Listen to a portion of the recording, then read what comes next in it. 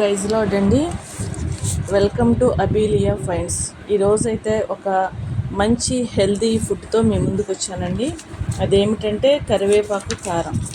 మనము ప్రతిరోజు కర్రీస్లో కరివేపాకు వాడుతుంటాము, కానీ దాన్ని డైరెక్ట్గా తినలేమండి, తీసి పక్కన పెడతాము.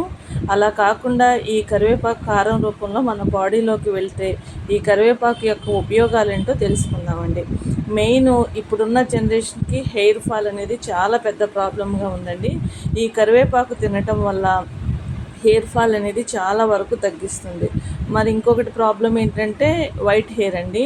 చిన్నవారు మొదలుకొని పెద్దవారి వరకు ఈ వైట్ హెయిర్ అనేది చాలా ఇబ్బందిగా షేమ్ ఫీల్ అవుతూ ఉంటారు. వారికైతే ఈ కరివేపాకు చాలా ఉపయోగపడుతుందండి.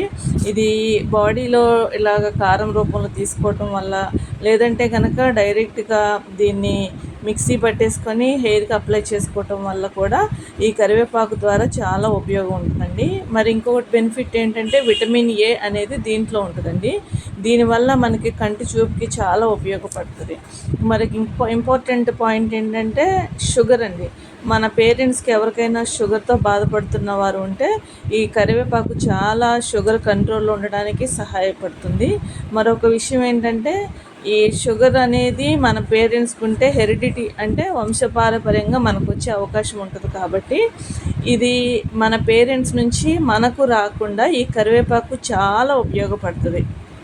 దీన్ని బట్టైనా మనం కరివేపాకు ప్రతిదినము తీసుకోవటం చాలా మంచిదండి. మళ్ళీ ఇంకో విషయం ఏంటంటే మనకు గ్యాస్ట్రిక్ ప్రాబ్లం లేకుండా కూడా ఇది ఉపయోగపడుతుందండి. లుకేమియా అంటే క్యాన్సర్ కలగచేయకుండా ఇది కరివేపాకు చాలా ఉపయోగపడుతుందండి. కరివేపాకులో కార్బోజెల్ అనే పదార్థం ఉండటం వల్ల వెయిట్ లాస్కి చాలా ఉపయోగపడుతుంది. ఇప్పుడున్న వారు ప్రతి ఒక్కరూ ఏదో వెయిట్ లాస్కి ఎన్నో డబ్బులు పెట్టడము, లేదంటే హెల్త్ ఇష్యూస్ రావడం అలా ఉంటుందండి.